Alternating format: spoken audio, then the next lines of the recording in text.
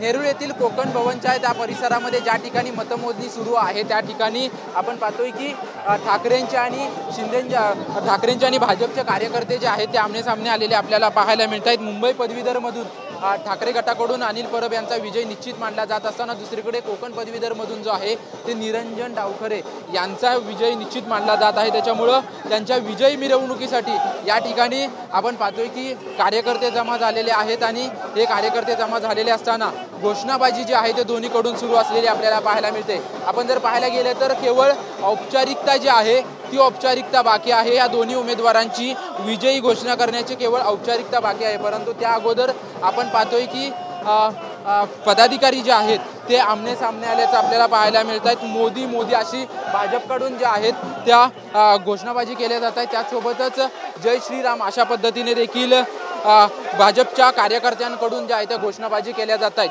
3 मतदारसंघांच्या या ठिकाणी मतमोजणी होत होती। मुंबई पदवीधर, मुंबई शिक्षक आणि कोकण पदवीधर अशा प्रकारचे 3 मतदारसंघांची मतमोजणी या ठिकाणी होत होती आणि या ठिकाणी आपण पाहतोय की 2 कल पूर्णपणे हाती आल्यानंतर मोठ्या प्रमाणात कार्यकर्त्यांचा जल्लोष जो आहे तो या ठिकाणी पाहायला मिळत होता आणि त्याच ठिकाणी कार्यकर्ते जे आहेत ते आमने सामने आलेले आपल्याला पाहायला मिळत आहेत।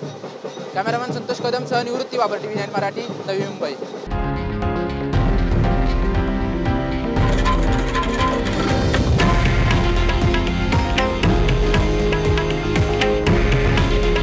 हे आहे देशातील नंबर 1 न्यूज नेटवर्क आणि आपण पाहत आहात TV9 मराठी। काळजी तुमची, हित महाराष्ट्राचं।